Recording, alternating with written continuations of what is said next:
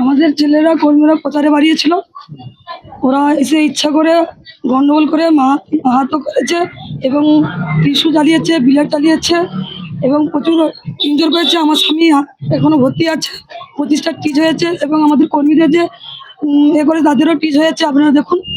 আর আমি চাই এর শাস্তি, এদের করা মানে আমাদের নিরাপত্তা চাই।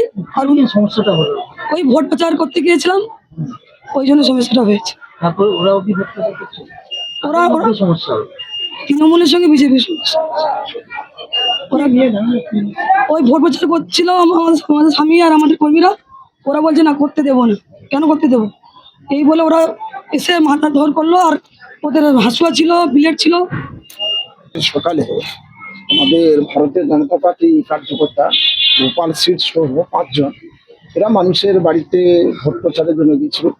সেই সুযোগে তৃণমূল কংগ্রেস কর্মী সহ এরা একাধিক ব্যক্তি এদের উপরে চড়াও হয়েছে এবং যেভাবে কুপিয়েছে, যেভাবে তাদের মারা হয়েছে, তাদের খুন করার উদ্দেশ্যেই তাদের এইভাবে কুপানো হয়েছে। মানে এটা কি শান্তিপূর্ণ ভোটের নমুনা?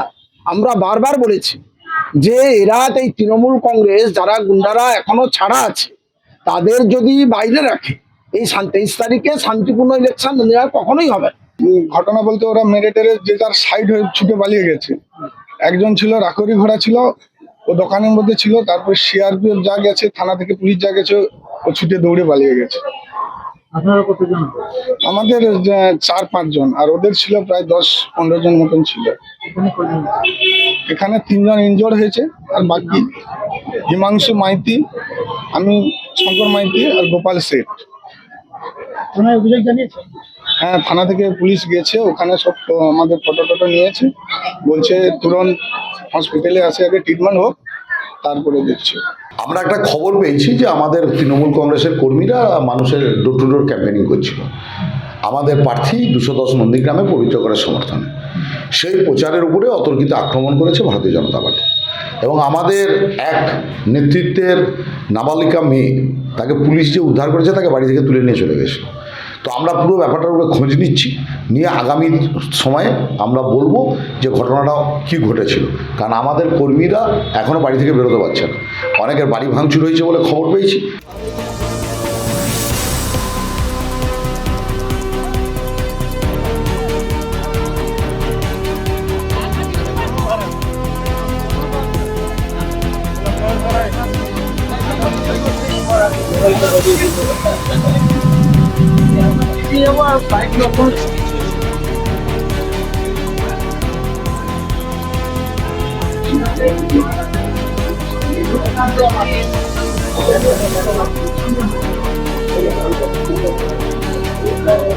ভাই ভোটের লড়াই এই এখানেই দেখবো।